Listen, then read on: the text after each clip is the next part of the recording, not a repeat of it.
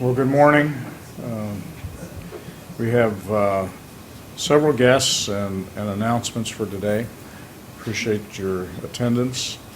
And I want to begin with representatives of our Lima Sister City Association, Karen Phipps and Sandra Leichty. They have a couple of announcements of upcoming activities and excitement. Ladies?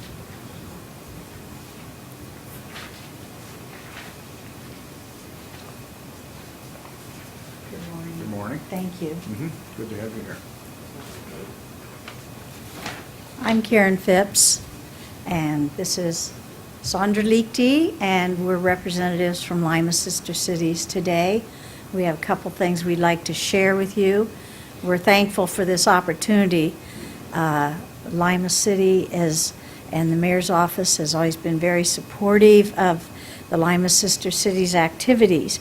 And our president, Sylvia Clark, couldn't be here today. I do have media announcements in the back for those that would like to pick something up to keep this information, maybe share it with your group. We want to announce the students that have been selected to go to Harima this June 11th to the 17th. And that's an exchange that we will have with Harima, our sister cities, and then they in turn will come to Lima in August of this year, and we will be sharing more information about that as that time comes near. I would like to read the selected students' names to give them the credit due. They had to apply for this opportunity to travel to Harima, and we have a great representation of Allen County students, grades 10 through 12, and we have a variety of schools that are represented. These young people wrote up applications, they went through personal interviews, and then several of them applied for special scholarship grants, which we granted. I'm not sure if it was 9 grants out of the 10 students that we gave. Daniel Patricio Augusto from Shawnee, grade 9.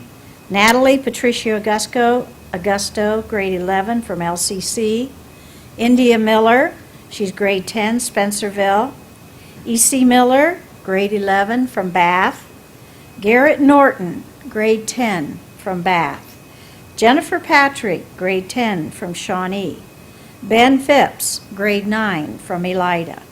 Brandon Shadley, grade 11, Lima Senior. Lily Schumacher, grade 12 from Bluffton. And Lillian Van Weingarten, grade 11 from Bath. And the chaperones this year will be retired teacher and president of Sister City, Sylvia Clark, and active teacher Jeff Bucher, who teaches at Elida. So they have an experience ahead of them with more opportunities to work with the young people. And Sylvia has been there before, but I'm not sure that Jeff went the last trip, so he has a little experience under their belts. That's great. So both of them have been there. Both of them know how to work with young people and provide a unique home exchange. And with this exchange, Lima as Sister Cities encourages this exchange and interchange of information. It develops personal relationships between the families of Lima and Harima. Many times, families will then come on the tour to Lima, the exchange, but many times not, but they will host again when the opportunity comes up. And they keep in contact with their internet. That's the wonderful things about the internet service. There's a lot of maddening things about the computer, but the one thing is, the technology of how fast communications can happen. And they really do create family relationships that cross all racial lines. It has nothing to do with that. They just become their sister home in Lima or their sister home in Japan. So, and in August, we mentioned we will be hosting families, and we will be looking for hosts. And I'd like Sandra to talk about our fundraising project coming up May 17th, because this is the fundraising that we give scholarships to our young people. And we've given we used to do full scholarships, but because of the high cost of air flight and everything, we just can't keep up that pace with our funds. But we do have given $600 fellowship scholarships that go towards their air flight. This is not money given to the students. This is all taken on their air flight. And then some $500 scholarships. So if you get 9 people, 10 people, and they're getting $500, right there's $5,000 that we're trying to raise. And some of the students are in $600. So I want Sandra to please tell us what she's got to share. Yes, first I'd like to just hold up this picture that Karen sent to us via email. And this is a redbud tree. And Mayor Berger, were you there when this redbud tree was donated to Harima, Japan? Well, it's growing and it's getting bigger and it's blooming beautifully. And then in exchange, they sent us the weeping cherry trees, which are planted across from the YMCA here in Lima. And they should be blooming very soon. Beautiful. And that's one of the spin-offs of our exchanges. Also, we have a picture of our group welcoming back Kyle and Nubia Moore, who served for 4 years as English teachers in Harima. And Mayor Berger came to welcome them back.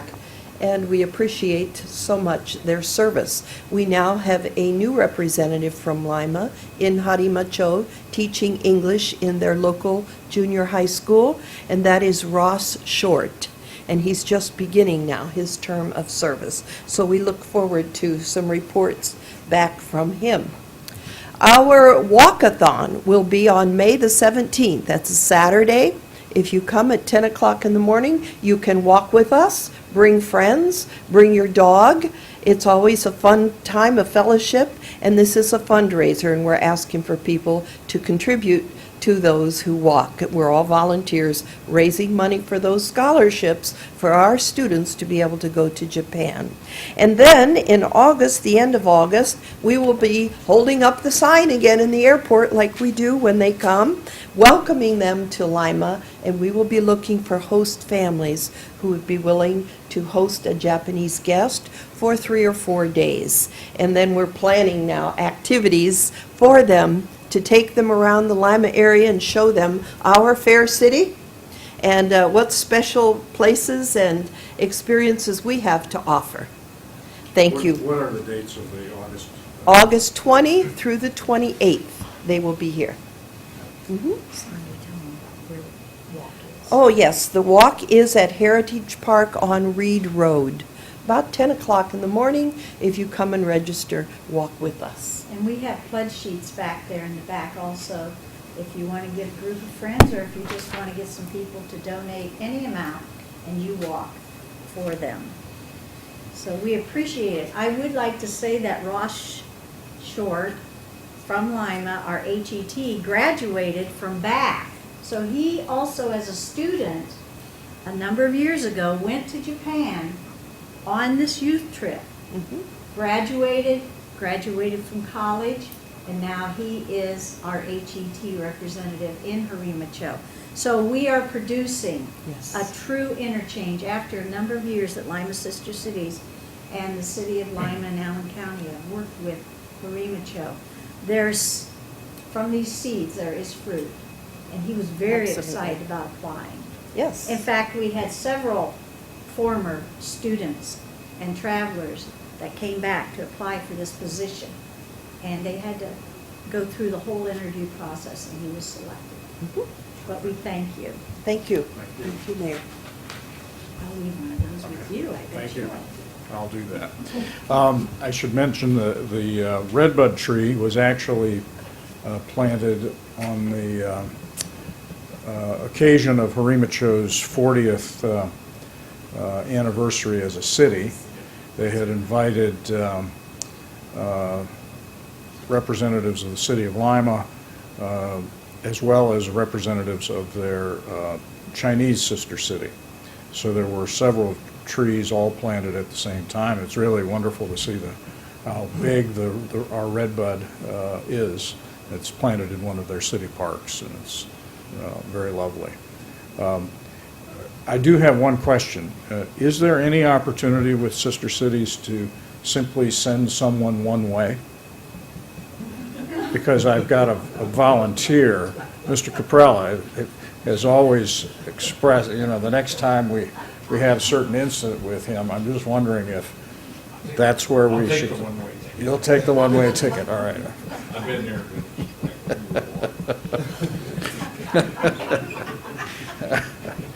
Anyways. Ric Stolly is here, representing the Lima Parks Department. He has an announcement, and then I have a proclamation as well to share. Thank you, Mayor. It's always good to be here. A couple of items and a reminder. One is we will be starting our playground program registration on Saturday, May the 3rd, at the College Street Central Services Building from 9 to 11 a.m. on that day. We'll get more reminders out. It's on our Facebook page and on our website as well. But please put that on your list of things to do as you prepare for summer activities for your children. Saturday, May the 3rd, 9 to 11 at Central Services. We'll start registration for kids 6 to 12 years of age at our 4 different playground sites. We do it all right there at our Central Services building. So, And how long is the registration period? it will we'll take them up till the start, and we don't really have a deadline where we cut off until they're full. Actually, we only take 60 kids per site, so we always try to invite people early in the process, especially if you want to be at the park that's close to your home. So they fill up rather quickly, and we again encourage you to put that on your to-do list for Saturday, May the 3rd, and we'll remind you a couple more times. And then prior to the proclamation, we are going to be at Unity School this Friday, the 25th of April, which is Arbor Day. As we have done for the last 8 years now, we've been out and getting involved with the schools in the Lima community and planting a tree or two at those school sites for the kids to watch grow, much like the redbud we're talking about. A couple years ago, we had a group of 8th graders and a group of kindergartners come out, and they took part in the celebration, and the 8th graders were saying, we're getting ready to move on, and kindergartners, you're going to be here for the next 8 years, or in Mr. Capella's case, 9 or 10, during those grade school years to watch this tree grow, and so you're here to take charge of it and take care of it. So it's truly a terrific educational opportunity for the kids in the community. And so that is going to take place this Friday at Unity School at the corner of Sugar and East 3rd. And then just one final reminder of our AEP challenge that we're out inviting and involving the community to be a part of. Again, we've got until June 30th to reach our quota of 750, and the term of getting people out and about and moving this message to folks in the community to get involved in going online and looking at the opportunities. You can either recycle an appliance by purchasing a new Energy Star appliance. You can actually go online and do the energy checkup at home on your computer, free of charge. There's just a number of different items you can check at. Again, the website that we ask you to go to look at all this information is EnergySavers2014.com. That's also at our recreational site. Where are we at in the count? We are approaching 25 to 30%. It's got a little lag time in it, but it's really being pushed. People in the community are getting involved. I'm constantly discussing this opportunity with folks. Met with a group last night again that wants to jump into this with both feet and continue to push the effort forward. So, it's all about spreading the word and getting people involved in the process. So out of 750, we're at about 250. 250, 230, 250, somewhere in that area, so. So we you got know, a ways to go. We got a ways to go, but, and the clock is running, so we, again, invite you to become involved in that process. Thank you, Rick. We have been a tree city for a couple of decades, and we have an urban forest council who volunteers who are engaged in approving the kinds of trees that are planted in our urban forest. And as a result, and this is particularly that time of year when I think their work is very evident in our community, and that's with the flowering trees that have been planted, particularly along our corridors. Those are really evident right now as the blossoms are coming out, and I want to thank all of those who are involved with the Urban Forest Council. And in that context, it's my privilege to offer the following proclamation. Whereas in 1872, J. Sterling Morton proposed to the Nebraska Board of Agriculture that a special day be set aside for the planting of trees. And whereas this holiday, called Arbor Day, was first observed with the planting of more than 1 million trees in Nebraska, and Arbor Day is now observed throughout the nation and around the world. And whereas trees can reduce the erosion of our precious topsoil by wind and water, cutting heating and cooling costs, moderate the temperature, clean the air, produce oxygen, and provide habitat for wildlife. And whereas trees are a renewable resource, giving us paper, wood for our homes, fuel for our fires, and countless other wood products. And whereas trees in our city increase property values, enhance the economic vitality of business areas, and beautify our community. And whereas because trees are a source of joy and spiritual renewal, the Lima Urban Forest Council promotes tree planting in memory of those who have passed. And whereas Lima, Ohio has been recognized as a Tree City USA by the National Arbor Day Foundation, and that we desire to continue our tree planting ways.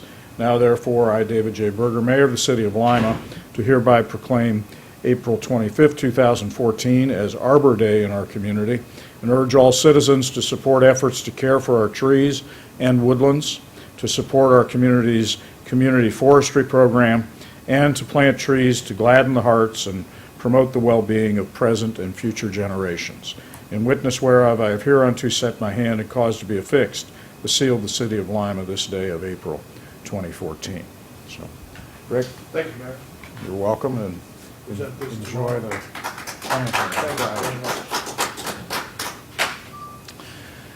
planting. Saul Allen, Deputy Director of the Streets, is here with some announcements about current activities. I know that folks are interested in how fast we're getting to all these potholes. We are getting to them, and actually, that's part of it, but it's a lot of springtime, and hopefully we've got the worst of winter and all of winter behind us, as a matter of fact. But we do have a few spring announcements. The asphalt plant is now open, so we'll be making, some more permanent repairs to a lot of the potholes and a lot of the cuts that are in the street as of now, so we can start that process. Also, big announcement is next week we'll start the alley maintenance program. Usually we start about the first week of April, but with the weather we've had and the winter we've had and the potholes we've had, we won't be starting till the last week of April. But we will actually start the alley maintenance program, grading and stoning alleys as needed. That will start next week.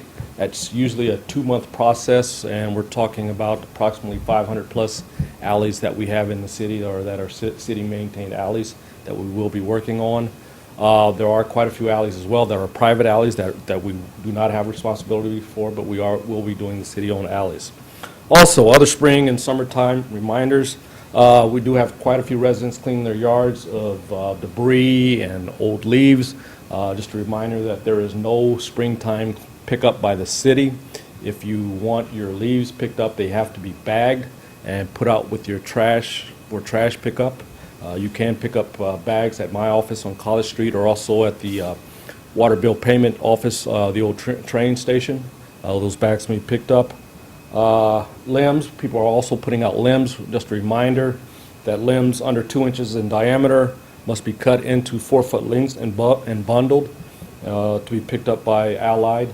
You know, just because you're putting limbs out there, the city does not come at this time to pick them up. They have to be bundled and picked up by Allied. If you want, you can take that debris, meaning leaves, limbs, you can take those items out to the handling compost site on 1227 East Hanthorne Road. You can do that on your own. Also, There's no charge for that. there's no charge for that. We will have to show a water bill or proof of residency as part of that. Street Department also want to remind residents to try to keep the storm catch basins near their homes or on the blocks clean of grass, debris, and trash. Just please take that time to make sure those catch basins are clean. I have one right beside my driveway that I keep cleaned off.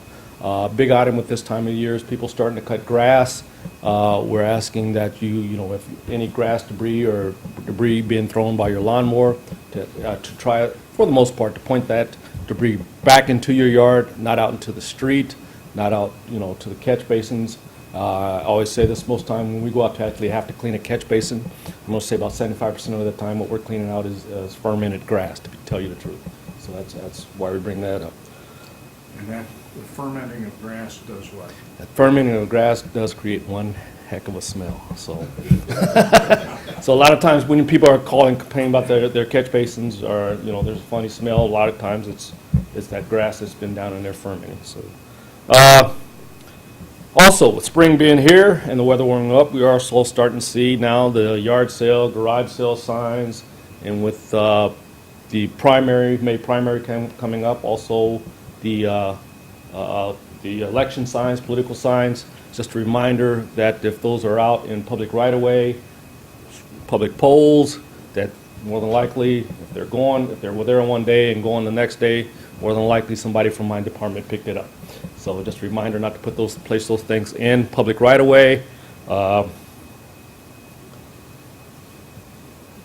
Any sign found in public right-of-way, including poles, street signs, trees, tree lawns, will be removed and be temporarily placed at my office until we get a bunch of them, then we trash them. So just to let you know where they're going.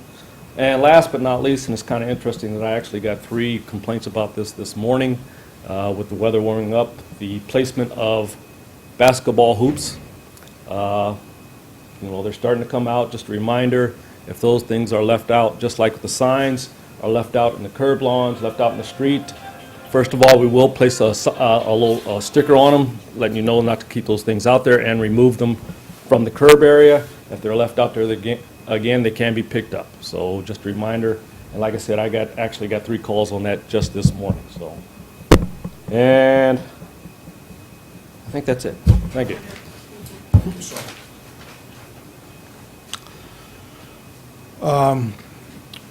Sara Sherrick is here from the Utilities Department. We have a new option for folks to pay their bills. Sara? Thank you, Mayor. I just wanted to let everyone know that we are now accepting utility payments by phone. So you can use your debit or credit card with the Visa, MasterCard, American Express, or Discover logos on them. Only payments made by the close of business day on the specified due dates will be accepted for current and previous balances. To make the payments by phone, you just want to call 877-496-2466. If you have any questions, you can let the office know, but you can also pay online as well, going to the city website. It's cityhall.lima.oh.us. So we just wanted to extend that benefit to our customers, making it easier for them to make their payments instead of having to come into the office. And both the phone payment system and online are available 24 hours a day. They are. So they can call in anytime, but it gets credited when? It gets credited to the previous business day if it's made by 5. So after 5, it goes towards the next day. Okay? Very good. All right, thanks. Thank you. We have had, I think, it's been a long time coming. We've actually have had to develop some software internally. This marries up with our phone system, which is actually several years old now, but it ties the phone access to our payment system, and it's necessary for all of that to be done very accurately. People get very upset if they don't have their bills paid on time. This timestamps everything. It's very clear as to whether their payments have been made or not, and we understand that people want that kind of customer-oriented approach, and I think that this option of paying by phone is something that folks have wanted for a long time, so appreciate that announcement. The last item, yesterday there was a Chamber of Commerce sponsored candidates forum for the Republican candidates in the state reps race, Mr. Cupp and Mr. Nieper. Apparently, last evening they were not able to recite when that will be replayed on GTV. That's now been determined. It will be replayed beginning Saturday at 3 and at 5 p.m. And it will continuously be repeated for a week on a daily basis at that time. 3 and 5 p.m. Is when it'll be available for folks that perhaps weren't able to be there and attend in person. So, I believe that's all that we have for today. We'll break down for interviews. Unless, Mrs. Miles, do you have any public comments you want to make? No. Nothing you want to say? Good morning, hello, have a great Oh, all right. I concur with that. All right, thank you. Hang around, Mr. Shelley, hang around, I'll get you two, and we'll get Sister Cities ready. I'm gonna get everybody today.